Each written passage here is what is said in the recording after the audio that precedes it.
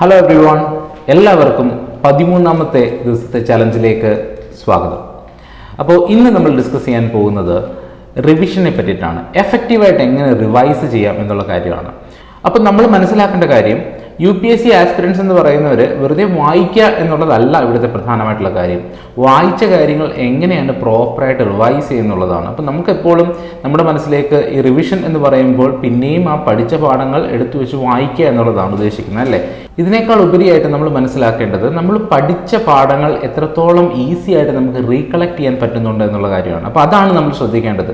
നിങ്ങളൊരു കാര്യം ഓൾറെഡി പഠിച്ചു, അതിനെ കൃത്യമായിട്ടുള്ള സമയത്ത് റീകളക്ട് ചെയ്യാനായിട്ട് സാധിക്കുന്നുണ്ടോ? അതിനെയാണ് നമ്മൾ സ്പേസ്ഡ് റെപ്പറ്റീഷൻ എന്ന് പറയുന്നത്. സ്പേസ് റെപ്പറ്റീഷൻ എന്ന് പറയുമ്പോൾ നിങ്ങൾ ഇന്ന് പഠിച്ചൊരു കാര്യം ഒരു ദിവസം കൂടെ കഴിഞ്ഞ് വായിക്കുന്നു, അതിനുശേഷം ഒരാഴ്ച കഴിഞ്ഞ് വായിക്കുന്നു, അതിനുശേഷം ഒരു മാസം കഴിഞ്ഞ് വായിക്കുന്നു, പിന്നെ ഒരു 3 മാസം കഴിഞ്ഞ് വായിക്കുന്നു, ഒരു വർഷം കഴിഞ്ഞ് വായിക്കുന്നു. ഇങ്ങനൊരു സ്പേസ്ഡ് റെപ്പറ്റീഷൻ നമ്മൾ ഫോളോ ചെയ്യുകയാണെങ്കിൽ നമുക്ക് കൃത്യമായിട്ട് നമ്മൾ ബ്രെയിനിലേക്ക് ഒരു മെസ്സേജ് കൊടുത്തുകൊണ്ടിരിക്കുകയാണ്, ഇത് ഇമ്പോർട്ടൻ്റ് ആയിട്ടുള്ള കാര്യമാണ്, മറന്നു പോകരുത് എന്നുള്ള കാര്യം, അല്ലേ?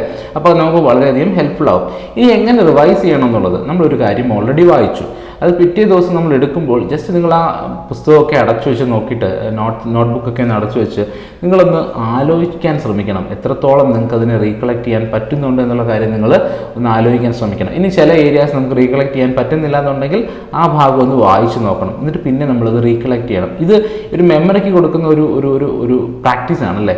ഈ ഒരു പ്രാക്ടീസ് നമ്മൾ പ്രോപ്പറായിട്ട് ചെയ്യുമ്പോൾ നമുക്ക് ആവശ്യമുള്ള സമയത്ത് നമുക്കത് റീകളക്ട് ചെയ്ത് എടുക്കാനായിട്ട് സാധിക്കും. പലപ്പോഴും എല്ലാവരും വിചാരിക്കുന്നത് നമ്മൾ പിന്നെയും ആ പാഠഭാഗങ്ങൾ വായിച്ചുകൊണ്ടിരിക്കുക എന്നുള്ളതാണ് റിവിഷൻ എന്നുള്ളതാണ്. അതല്ല എന്നുള്ള കാര്യം മനസ്സിലാക്കുക. നിങ്ങളുടെ മെമ്മറി പ്രോപ്പറായിട്ട് നിങ്ങൾ യൂട്ടിലൈസ് ചെയ്യുക. ആ റിവിഷൻ വളരെ സ്പേസ്ഡ് റെപ്പറ്റീഷൻ വെച്ച് തന്നെ ചെയ്യാൻ ശ്രമിക്കുക. അപ്പോൾ വളരെ എളുപ്പം തന്നെ നമ്മൾ പഠിച്ച കാര്യങ്ങൾ നമുക്ക് റീകളക്ട് ചെയ്തെടുക്കാനായിട്ട് സാധിക്കും. സോ ഇതാണ് ഈ 13ാമത്തെ ദിവസത്തെ ഇമ്പോർട്ടൻ്റ് ആയിട്ടുള്ള ഒരു ഇൻഫർമേഷൻ അല്ലെങ്കിൽ ഒരു തോട്ട് എന്ന് പറയുന്നത്. സോ എല്ലാവരും റിവിഷന് വളരെയധികം ഇമ്പോർട്ടൻസ് കൊടുക്കുക. ഇത് സിവിൽ സർവീസ് എക്സാമിനേഷനകത്ത് ഏറ്റവും ഇമ്പോർട്ടൻ്റ് ആയിട്ടുള്ള ആസ്പെക്റ്റ് ആണ്.